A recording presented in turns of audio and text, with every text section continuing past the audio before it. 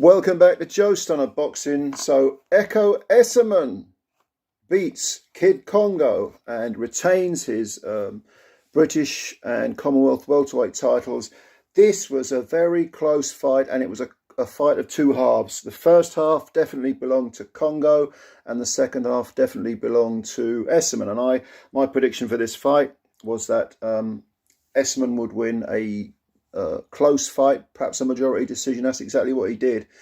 Two cards went in his favour. One was a 114 draw. Now, interestingly, I scored this fight watching it live, and when I totted my totals up, what did I have it?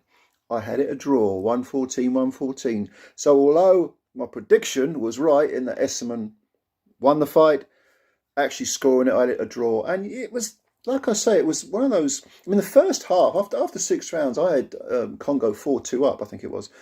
And he was a step and a punch ahead of Kongo. He was sharper, loads of feints. He wasn't running, he wasn't backing off, but he was looking to counter. When Essuman wasn't firing punches, Kongo was looking to throw his own. He was keeping busy. He was making the other guy, work at a pace that he wasn't necessarily happy with. And it was only in the second half of the fight when that inevitably, when you with that much movement and when you've got such a great engine, he calls himself the engine, I think, Essuman.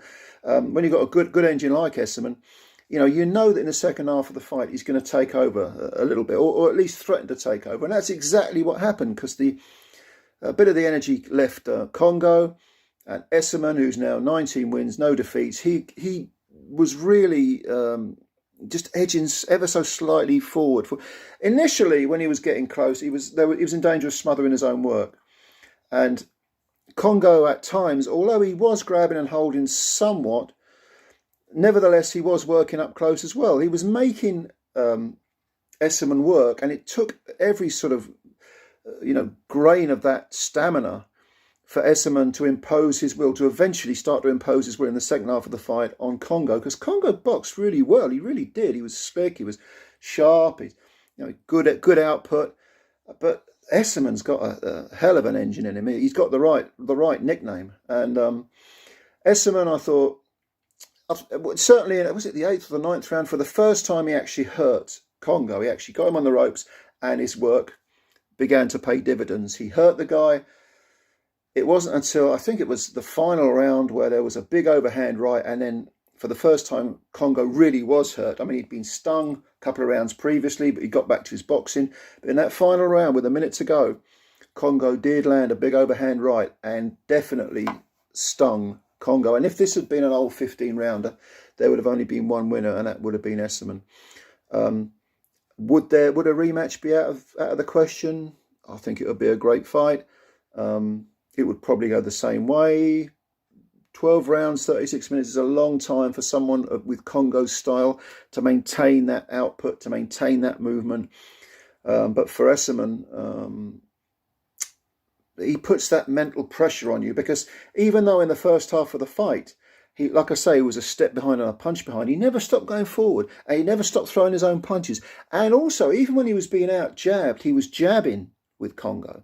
He was making him work. He was, I say, jab with a jabber. Keep the guy's out jabbing, no problem. Keep your own jab going, and that makes the guy work. It puts mental pressure on him, and also it narrows the difference between the range. Between one guy. If you don't jab back, the other guy can just control the range at will. If you are jabbing, even if a lot of your jabs are missing, you're giving him something to think about, and you're threatening to sort of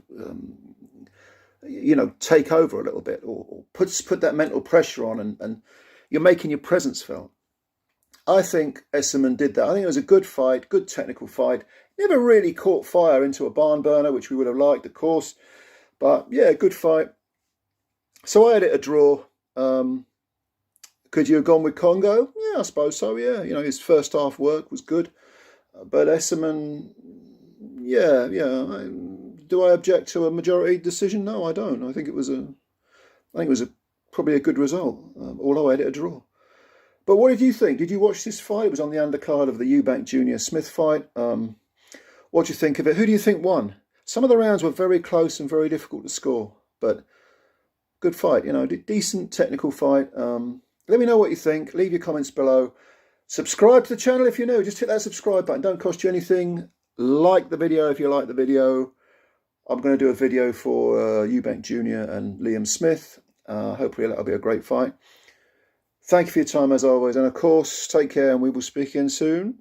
Bye for now.